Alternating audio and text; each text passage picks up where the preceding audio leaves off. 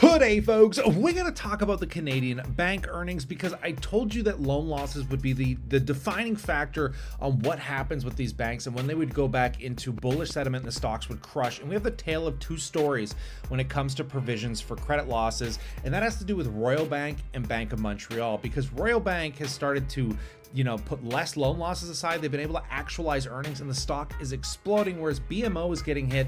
I think it's on the commercial side of their banking, which is, they're continually putting higher loan losses aside, which crushed their earnings this quarter. But we've obviously talked about TD. We got Canadian Imperial coming up tomorrow. So today is the story of Royal Bank, Bank of Nova Scotia, and BMO. For you dividend lovers out there, if you are on a path to financial independence, to perhaps one day retire early, go down there, hit that subscribe button, join me on this journey, and hit that like if you like these kind of videos, because like Pokemon cards, I recommend just collecting all the banks. They ebb and flow between their performance, but as a whole, the dividend increases, the stability through rockier market environments on a global level, even against the US banking sector, are world renowned. So whether you're buying HBNK, ZEB, VDY, just get your exposure. They're beautiful income generative, investments. So let's get into this with Royal Bank first and foremost, which, oh my God, if you bought the dip when I was screaming that, these dividend yields were at record historic highs, not only would you probably lock in closer to like a 5.56% yield, you're up 50% now,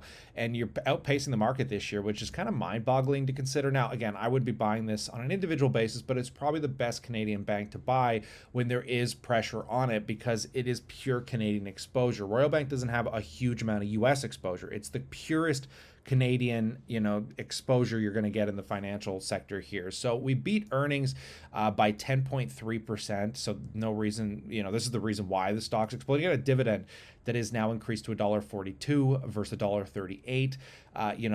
Again, just absolutely incredible in the backdrop of what we've been experiencing. But when you look at revenue here on the 9 month is sitting at 42.7 billion versus 38 billion. On the quarter, 4.6 billion versus 4.1 just this time last year. And the provisions for credit losses, take a look at this, baby. Here we go. 659 million versus 920 million this time last quarter. So they've been able to actualize like an extra, 300 million, just under $300 million worth of revenue here into net income. So their net income for the 9 month is 12 billion versus 10 billion for the 9 month end this time last year, which is a 20% increase from a bank. I just want to keep that in mind because that's like tech growth. If we take a look at these impaired loans and the provisions for credit losses as a total, they are coming down. My concern is that the Canadian banking sector is still seeing a slight increase, but it's flatlining for the most part, which is nice to see, but it's still up by about, 32 odd million or something like that. But wealth management's down, capital markets are down. So as a combined total, we are now slowly inching in the direction we've been finally awaiting, right? So if you look at client assets and activity, this is kind of boring, but I like showing you guys the growth across sectors here. So Canadian banking average gross loans and acceptance are up 17% year over year. Canadian banking average deposits are up 22% year over year.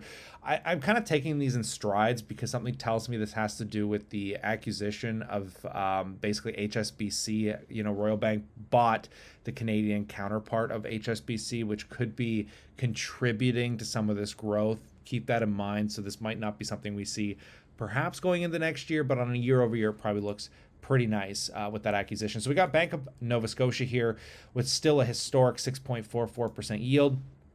Still trading in the gutter. Heck, if you bought it back in the October lows, you'd still be up 18%, probably locked in close to a 7% yield. Yes, Bank of Nova Scotia is still paying that yield. Yes, they beat on earnings for this quarter, not by much, considering revenue missed. Dividends have not increased yet.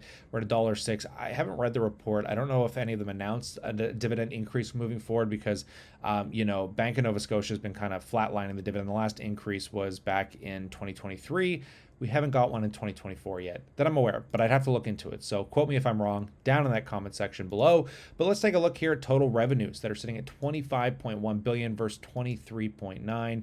Again, quarter over quarter here, we're still getting growth. Again, it's not as exceptional as something like Royal Bank, but again, it's incredible, right? So loan loss provisions, so the provisions for the credit loss up slightly. Again, not what we want to be seeing. So they're not actualizing the kind of net income we want to see. It's mostly been flat, but for the 9 month, it is up to 6.2 billion versus 6.096. So again, this company is in a great spot still, and it is in the same position that Royal Bank was. As soon as those loan losses start to level off, baby, we are off to the races. Because again, record revenue, earnings are still growing, just not as quick as people want. So when we actually look at the gross impaired loans here, again, they're mostly flat across the board. So I really feel like we're in this leveling off phase, and this is what we want to see here, folks. So if you're not buying the Canadian financial sector, again, I'm not promoting financial advice here, but this is the bull market that I have been touting for a while. And there's only really one stock right now that is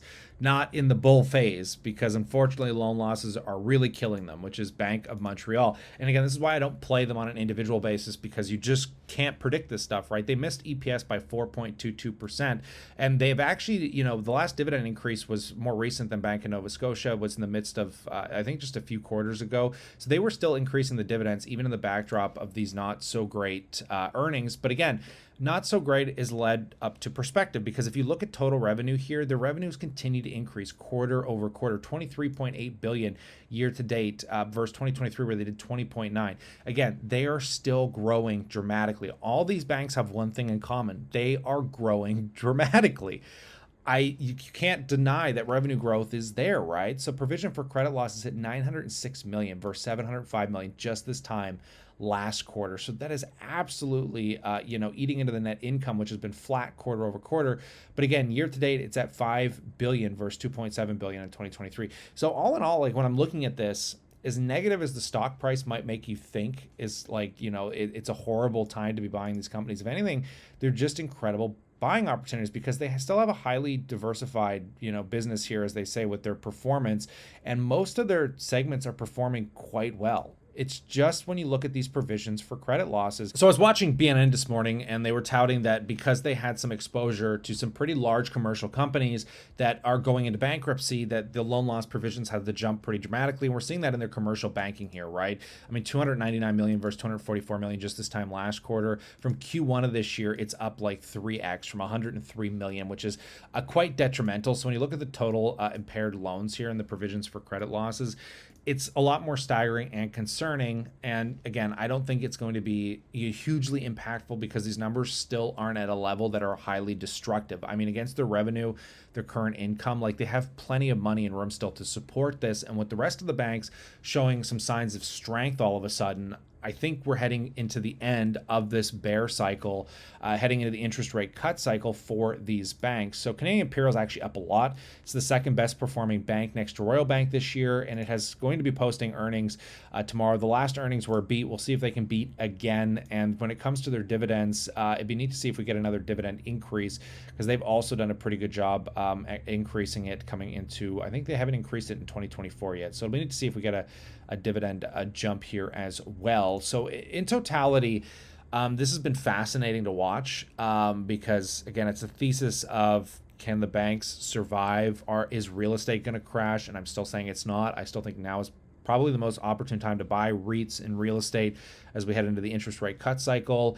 Banks generally benefit from higher interest rates, as do insurance companies and companies that have a lot of cash on the sidelines. But I think lowering of interest rates back to a more moderate level will allow, to moderate some of these mortgages and allow less loan loss provisions, so they can actualize a lot of this revenue as well. This is fascinating, to say the least, but I'll pass the question off to you. Like Pokemon cards, are you collecting them all?